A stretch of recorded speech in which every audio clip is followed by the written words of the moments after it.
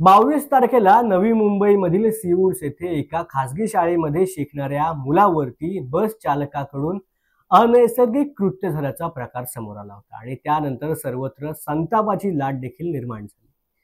नवी मुंबईमधील सीवूड येथील एका शाळेमध्ये एका बस चालकाकडून 4 वर्षाच्या मुलावरती हा अत्याचार झाला। या घटनेनंतर शाळेमध्ये शिकणाऱ्या विद्यार्थ्यांच्या पालकांमध्ये संतापाची लाट निर्माण झाली।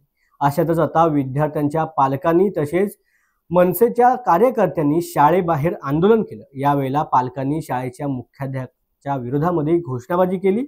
शाळेच्या बस चालकांनी 4 वर्षाच्या विद्यार्थ्यावरती केलेल्या अत्याचार प्रकरणी शाळा प्रशासनाविरुद्ध कारवाई करण्याची मागणी आता जोर धरू लागली। 22 एप्रिल रोजी घडलेल्या घटनेप्रकरणी पोलिसांनी स्कूल व्हॅन चालकाला अटक केले आणि त्याच्या विरुद्ध लैंगिक गुन्ह्यांपासून मुलांचे संरक्षण म्हणजे पॉस्को कायद्याच्या तरतुदीनुसार गुन्हा दाखल केलाय।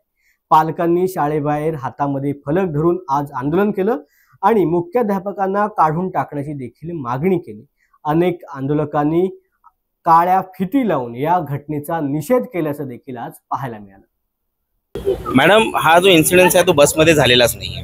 बसमध्ये कॅमेरे पण होते, त्याचे फुटेज पण चेक केले, पण ते बसमध्ये तो हा इन्सिडेंट झालेला नाही। हा इन्सिडेंट ॲक्च्युली झालेला आहे वॉशरूम मध्ये। आणि जो लहान मुलगा आहे ज्याला बोलता नाही येत, त्यांनी स्वतःहून म्हटलंय, बोलता नाही येत म्हणजे थोडं तुटक तुटक बोलतोय, पूर्ण सेंटेन्स नाही बोलत आहे। त्यांनी म्हटलेलं आहे क्लिअर की मला अंकलनी वॉशरूम मध्ये नेलं, ठीक आहे, हे त्यांनी क्लिअर कट सांगितलंय। तरी पण तुम्ही बघा की प्रिन्सिपलचं जे हे आलो कमेंट आलो की बसमध्ये झाला, मी बसचे फुटेज चेक केले, तिथं आम्हाला काही दिसलं नाही आहे। ॲक्च्युली हा तिथे झालेलाच नाही आहे इश्यू। सेकंड गोष्ट अशी आहे की लहान मुलांनी त्या मुलांनी हाताने दाखवलं की हाच तो माणूस आहे, हेच अंकल आहेत, याच अंकलनी मला नेलेलं आहे।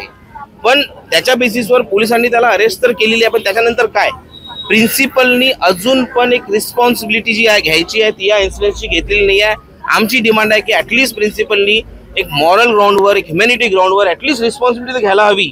एवढी मोठी केस झालेली आहे तरी पण एक प्रॉपर स्टेटमेंट आणि एक ॲक्सेप्टन्स अजून प्रिन्सिपलकडनं आलेलं नाही आहे। आमची फर्स्ट डिमांड तर ही आहे की एक तर पहिले ॲक्सेप्टन्स व्हायला पाहिजे की हा इन्सिडेंट झालेला आहे। सेकंड, त्यांनी रिस्पॉन्सिबल डिसिजन का बरं नाही घेतलं, त्यांनी ॲक्शन का बरं नाही घेतल्या शाळेतर्फे अजून पण, आणि त्या न घेतल्यामुळे आमची डिमांड आहे की प्रिन्सिपलनी रिझाईन करायला हवं।